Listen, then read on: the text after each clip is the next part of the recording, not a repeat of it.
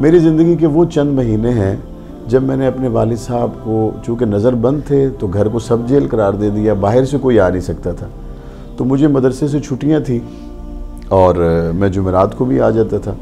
وہ ایسے دن تھے کہ میں نے ان سے خوب سیکھنے کا، سوال و جواب کرنے کا، مختلف موضوعات پر بات کرنے کا مجھے موقع ملا۔ بقیہ ویڈیو دیکھنے سے پہلے ویڈیو کو لائک کریں، سعد نشریات کو سبسکرائب کریں اور بیل آئیکن پر کلک کر کے آل کو سلیکٹ کیجئے۔ شکریہ۔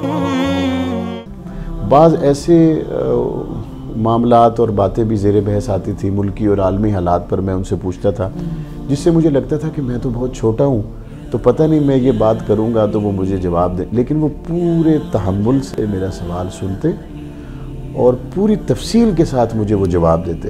آج میں سوچتا ہوں کہ ایک بچہ اگر اپنے باپ سے پوچھے تو شاید ہی کوئی اتنی تفصیل سے بچے کو اہمیت دے کے ان موضوعات پر اپنے بیٹے کو بتائے، لیکن اگر وہ مجھے بتا رہے تھے تو میں سمجھتا ہوں یہ ان کی کمال شفقت تھی اور ان کی کمال محبت تھی کہ پورا ٹائم دینا اور وہ ساری چیزیں۔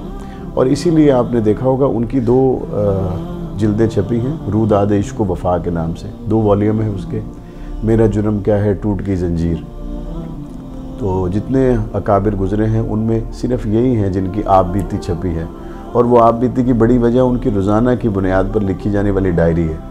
پھر 6 اکتوبر کو وہ شہید ہوئے، 5 اکتوبر کی رات کی ڈائری بھی انہوں نے لکھی ہوئی تھی۔ میں نے وہ 99 تک تو تقریباً ان کی ساری زندگی محفوظ ہے۔ 4 سال کی وہ ڈائریاں میں نے اٹھا کے ایک کمپوزر کو دی، میں نے کہا آپ اس کو کمپوز کریں۔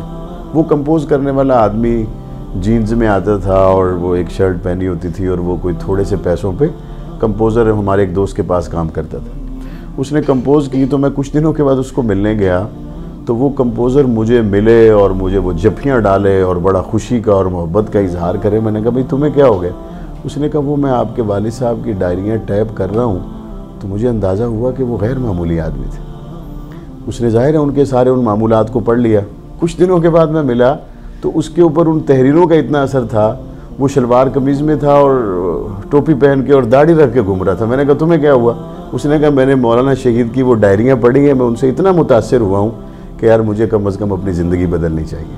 تو ان کی تحریروں میں بڑا اثر تھا جس سے بہت لوگوں کو استفادہ ہوا، لاکھوں لوگ چہرے کو سنت کے مطابق بنا گئے، لاکھوں لوگوں کی زندگیاں بدل گئیں، اور میں سمجھتا ہوں ان کے لیے اتنا بڑا صدقہ جاریہ ہے بہت سے دینی امور میں جو شاید ہم لفظوں میں یا اندازوں میں بیان کریں تو شاید نہیں کر سکیں گے۔